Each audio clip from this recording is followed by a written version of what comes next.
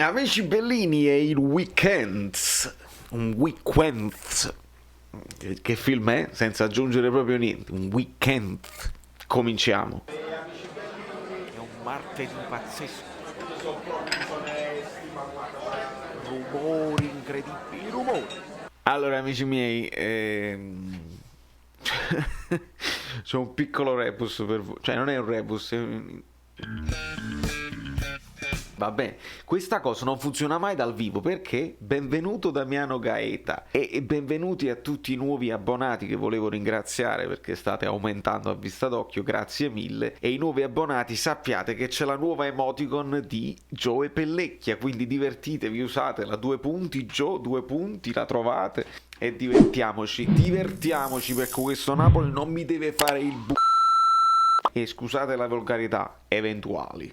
Che poi dici tu volevi essere volgare, non ci sono riusciti. Altra citazione. Diventerà un canale di citazioni cinematografiche e teatrali perché questa è la mia cosa. Indovinello di chi è questa vocina?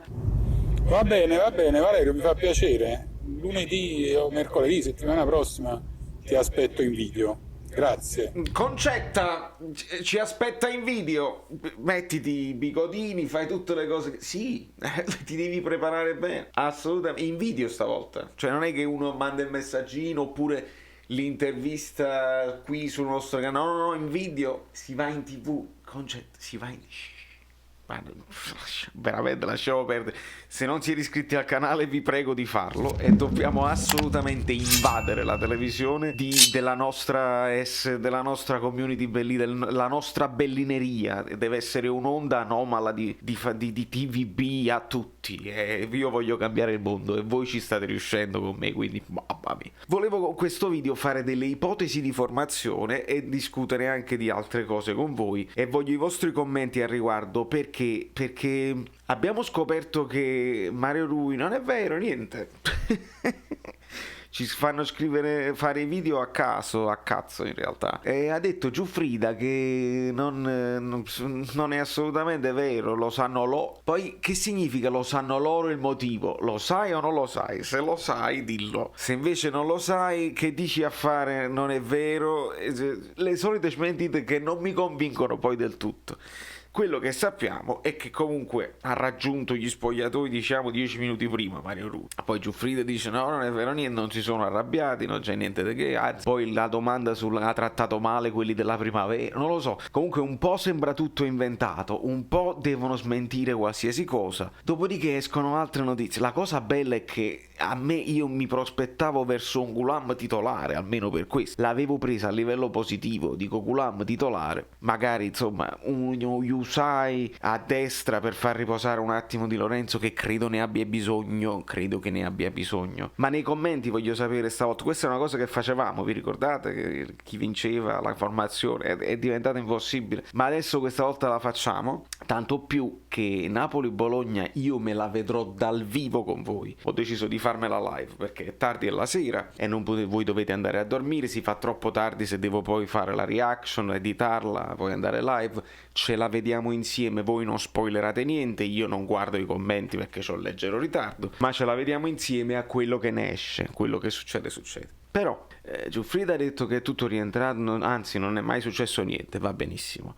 Mentre altri articoli leggo, no, c'è stato un confronto tra Insigne e Gulam, dove Gulam prima se l'è presa, poi dopo Insigne ha detto trasformiamo la rabbia in concentrazione. Ma chi l'ha sentito queste parole?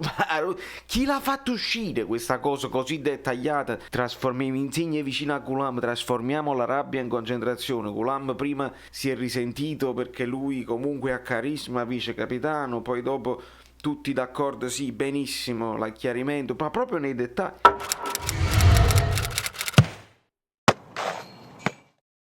Oh, ma allora ci stanno le telecamere in sul spogliatoio, c'è gente che sta là così vicino alla porta, subito devo farlo sapere al mio amico giornalista. Mi fate capire perché nel silenzio stampa generale confermato da DL fino a fine stagione schifissimissimo, perché alimenti polemiche, non parli. Vabbè. Invece no, le cose si vengono a sapere proprio nei minimi dettagli. Trasformiamo la rabbia in concetto che poi la rabbia la tenevo tu, gli altri non l'avevano questa rabbia, e allora ma è tutto molto strano. Vogliamo fare un po' di ipotesi di formazione. Abbiamo parecchi dubbi perché qualche sito porta il ritorno di Ospina in porta, il ballottaggio, non lo so. Io posso anche pensare, se devo 51 Meret, 49 il ritorno di Ospina, non credo che Ospina sia proprio al 100%. Meret comunque sta facendo il suo dovere, quindi più Meret che Ospina per me. Mando l'ipotesi di Yusai a destra, anche se ci credo poco, e credo che possiamo rivedere Manolas Koulibaly al centro della difesa. A sinistra vorrei vedere Gulam, se non è cosa, e non è cosa, Cama fa, purtroppo non lo so.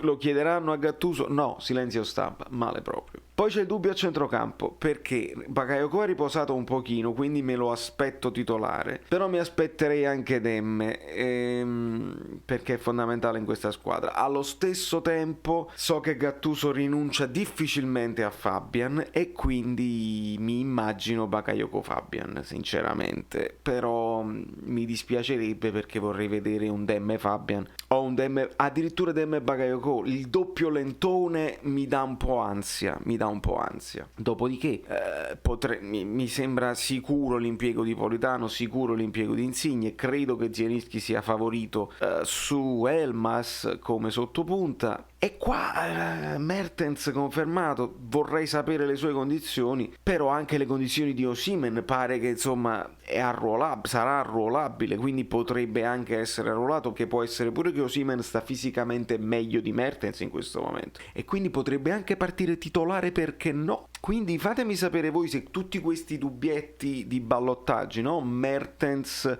dietro Osimhen, il massimo sarebbe quello, no? Come abbiamo giocato all'andata, vi ricordate il bel movimento di Mertens e Osimhen si trova da solo sul secondo palo, colpo di testa, gol. Tante cose belle all'andata, però non è più quel periodo là e quindi non siamo così fiduciosi, però non c'è niente da dire, la voglia di far festa è quella di fuggire, eccetera eccetera eccetera, perché un bozzo fa la canzone ogni volta che dico però poi Giovanotti mi denuncia e fa bene. Tra l'altro tifiamo tutti per Orietta Berti. Ho un motivo in più per oltre al fatto che una voce straordinaria, intonatissima, il pezzo è bellissimo ed è di classe, quindi la parentesi Sanremo io non lo sto vedendo, ma tifo per Orietta Berti fino alla fine. Qualcuno sa il perché, qualcun altro no, lo saprete nelle prossime puntate di Valerio Fluido da New York, senza dubbio. E quindi questi sono i dubbietti. Addirittura, capito, potrei pensare, perché comunque Zielinski sta giocando tutte, se stesse bene io azzarderei un Osimhen Mertens proprio senza pietà, attacchiamoli, perché il Napoli è meglio se attacca, se aspetta lo pigliamo il gol da chiunque, quindi attacchiamo, cerchiamo di fare un gol più degli avversari e basta. Però mi rendo conto che tu te li vuoi anche mantenere perché il tour de force continua, dopo il Bologna ci sarà il Milan, poi ci sarà la Juventus, la Roma, insomma è un macello. Quindi un Osimhen che entra nel secondo tempo in stile Parma, come si è fatto alla prima giornata di campionato. Il Parma si era cominciato senza Osimhen, entra Osimhen, ti spacca la partita. Voglio immaginarmi nella positività un ritorno come se fosse all'inizio, insomma, che ti cambia l'inerzia della partita, ritroviamo un po' di fiducia almeno per finire con dignità. Tra l'altro siamo 8 punti più dell'anno scorso, questo solo non perché questa sia una stagione da rivalutare, una stagione comunque negativa per come sono andate le cose, però ricordiamoci da dove stiamo venendo, ricordiamoci come era ancora più grave la crisi l'anno scorso. Per avere 8 punti in più quest'anno vuol dire che era gravissima la situazione l'anno scorso, e l'anomalia è il Milan, che però prende il posto della Lazio, perché la Lazio è quella che veramente Inzaghi out rispetto all'anno scorso, c'ha tipo 16 punti in meno e il Milan invece ne ha 17 in più. Questo è cambiato, però insomma la Roma sta bene o male là, l'Atalanta sta bene o male là, la Roma c'ha 5 punti in più, però la differenza tra Juventus e Inter ovviamente, però il Napoli sta facendo di più ma non basta, ovviamente ci aspettavamo qualcosina in più.